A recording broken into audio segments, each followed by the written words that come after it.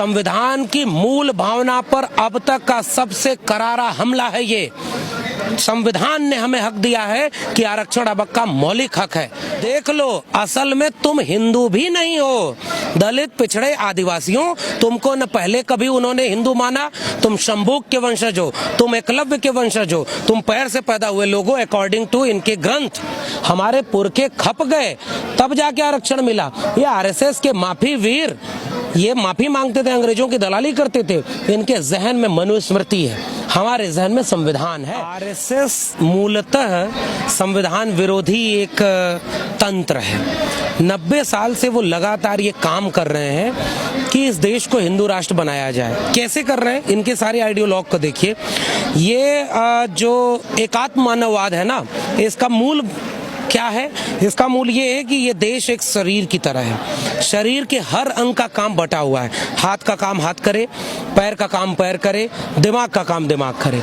वो ये चाहते हैं कि वर्णाश्रम व्यवस्था जैसे बनी है वैसे बनी रहे, क्योंकि उनके ग्रंथ क्या कहते हैं? ब्राह्मण मुख से पैदा हुआ है। दुनिया वाले हंसते होंगे कि दुनिया भर में मनुष्य पैदा हुए हैं, लेकिन मुख से कोई नहीं पैदा हुआ। भुजा से पैदा हुआ है क्षत्रिय, पैर से पैदा हुआ है शूद्र। तो ये उनके जहन में भरा हुआ है, ये उनके ग्रंथों में भरा हुआ है। अब वो क्या चाहते हैं कि ये सिस्टम बना रहे, यह वर्णाश्रम व्यवस्था मूलतः है। अब संविधान उसमें एक बाधा बनता है, क्योंकि संविधान ने ये कह दिया कि सब व्यक्ति बराबर है, जाति धर्म इनके नाम पर कोई बात भेदभाव नहीं होगा। तो संविधान ने क्या प्रावधान किया कि SC ST को शिक्षा और रोजगार में आरक्षण मिलेगा, क्योंकि जब देश आजाद हुआ है तो जितनी आबादी इनकी है इसका 1% भी लोग ये देश चलाने में नहीं है। दूसरी तरफ उन्होंने एक प्रावधान किया बाबा साहब अम्बेडकर ने कि OBC कुछ जातियां ऐसी हैं जो शैक्षणिक तौर पर भी और सामाजिक तौर पर बहुत पिछड़ी हैं, इनके लिए आरक्षण का प्रावधान होगा। अब इसमें खेल क्या हुआ? संविधान एक कोर में है इस देश के। संविधान तय करता है कि इस देश को चलाने का तंत्र क्या होगा। वो एकात्म मानववाद नहीं है, वो गोडसे और गोलवलकर की विचारधारा नहीं है, वो एक मुकम्मल दस्तावेज है इस मुल्क का चलाने का। तो हिंदू राष्ट्र बनाने में वो बाधा पैदा करता है, क्योंकि ये दलित, पिछड़े, आदिवासी जो कल तक पैर से पैदा होकर के पैर पे ही पड़े रहते थे, आज वो आपसे आंख में आंख डाल के सवाल कर रहे हैं, और जिसका जवाब ये मोदी, अमित शाह और आरएसएस के पास नहीं है। वो शिक्षा में आ गए, वो प्रोफेसर बन गए, वो ब्यूरोक्रेसी में जा रहे हैं, वो मीडिया में जा रहे हैं, जितना जाने का उनका स्पेस बन पा रहा है उतना जा रहे हैं। उनके सवाल सीधे सीधे क्या हैं कि इस देश में जिसकी जितनी संख्या भारी उसकी उतनी हिस्सेदारी। देश के संसाधनों पर सबका हिस्सा होना चाहिए। 100 में 90 शोषित हैं, शोषितों ने ललकारा है। धन, धरती और राजपाट में 90 भाग हमारा है। ये 90 जो है ना, ये अपना आइडेंटिटी को रिक्लेम कर रहे हैं और ये कह रहे हैं धन, धरती और राजपाट। राजनीति में भी हम हिस्सेदारी लेंगे। धरती यानी जमीन का रिडिस्ट्रीब्यूशन होना चाहिए, और धन यानी प्रॉपर्टी, संपत्ति। ये सवाल का जवाब ये आरएसएस के पास नहीं है, और ये आरएसएस की विचारधारा को भीतर से खोखला करता है। इसलिए क्यों ये हो पाया? क्योंकि बाबा साहब के अम्बेडकर की वजह से, बाबा साहब अम्बेडकर के संविधान की वजह से इन तबकों में एक आत्मविश्वास आया है। राजनीति में अपनी दावेदारी पुष्ट कर रहे हैं, हर जगह ही अपनी हिस्सेदारी पुष्ट कर रहे हैं, इसलिए वो उनको रोकना चाहते हैं। रोकने के लिए वो मनुवादी सुप्रीम कोर्ट को एक ओट के रूप में सामने ला रहे हैं। अगर सुप्रीम कोर्ट देश को चलाने का सबसे बड़ा तंत्र है तो ये तय करो पहले कि 85% बहुजन उस सुप्रीम कोर्ट में कहाँ है, कितने दलित हैं, कितने पिछड़े हैं, कितने आदिवासी हैं, कितने अल्पसंख्यक हैं, कितनी महिलाएं हैं जो डिसीजन मेकिंग कर रही हैं। ये मेरा सवाल है। नंबर 2, अगर कोर्ट के जरिए कोई फैसला गलत होता है तो सबरीमाला का फैसला गलत था, ये आरएसएस और बीजेपी उसका विरोध क्यों कर रहे थे? जब सुप्रीम कोर्ट के फैसले से SC ST एट्रोसिटी एक्ट को कमजोर किया गया, पूरे देश में भारत बंद हुआ, तो सरकार ने संसद को सुप्रीम माना और फिर से रिस्टेब्लिश किया ना उन्हें। 13 पॉइंट रोस्टर कोर्ट से आया था, पूरे देश में आंदोलन हुआ, भारत बंद हुआ, वापस 200 पॉइंट रोस्टर संसद से आया। तो अब की जब ये हमला कोर्ट के जरिए किया जा रहा है, संविधान की मूल भावना पर अब तक का सबसे करारा हमला है ये। संविधान ने हमें हक दिया है कि आरक्षण अब का मौलिक हक है। हम तो कहाँ ये मांग कर रहे थे कि आरक्षण के अवहेलना करने वालों को सजा दो, क्योंकि विश्वविद्यालयों में हमने अपनी आंखों से देखा है दलित, पिछड़े, आदिवासी की सीटों पर एनएफएस किया जाता था।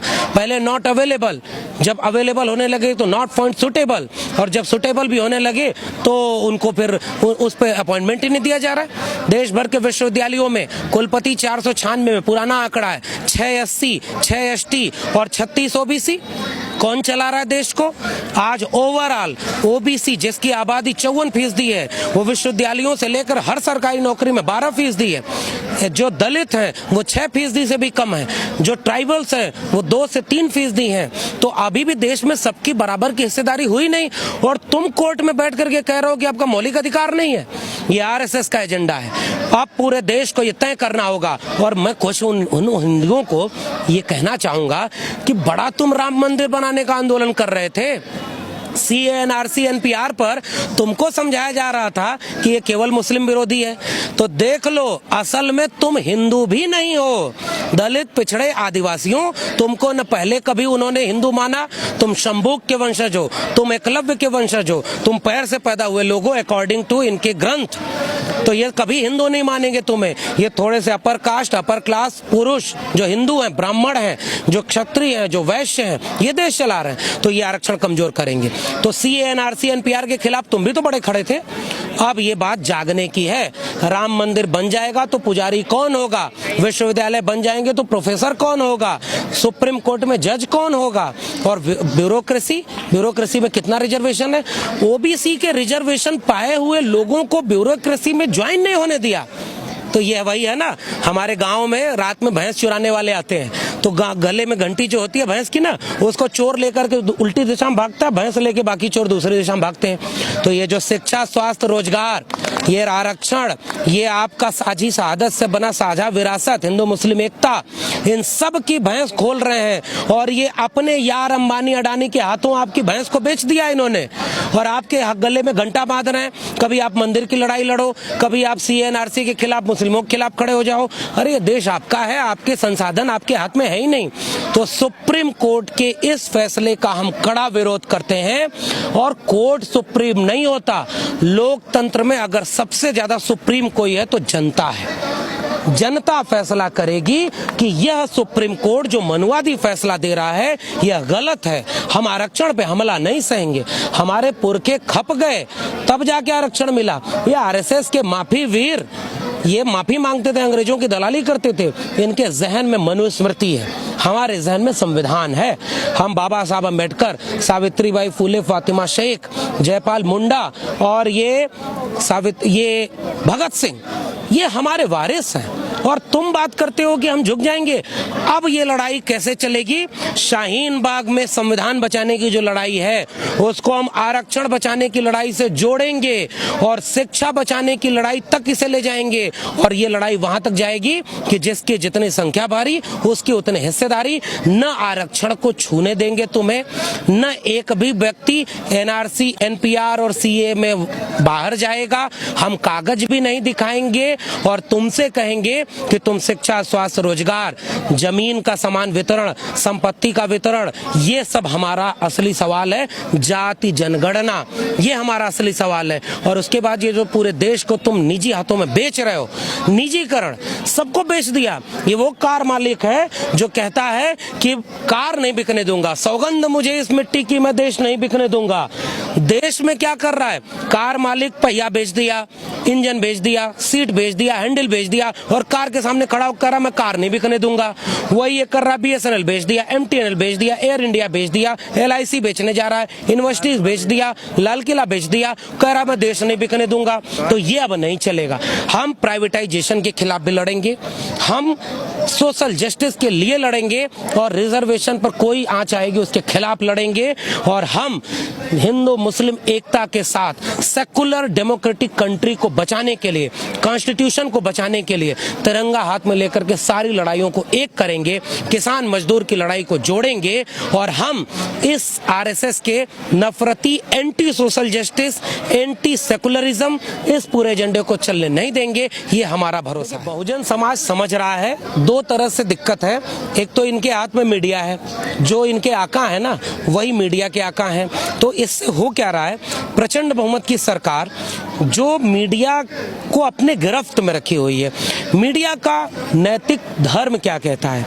जनता की आवाज को सत्ता तक पहुंचाना, ताकि सत्ता जनता के पक्ष में फैसले ले और जनता के हक हुकूक को संरक्षित करे। ये अपना धर्म भूल चुके हैं।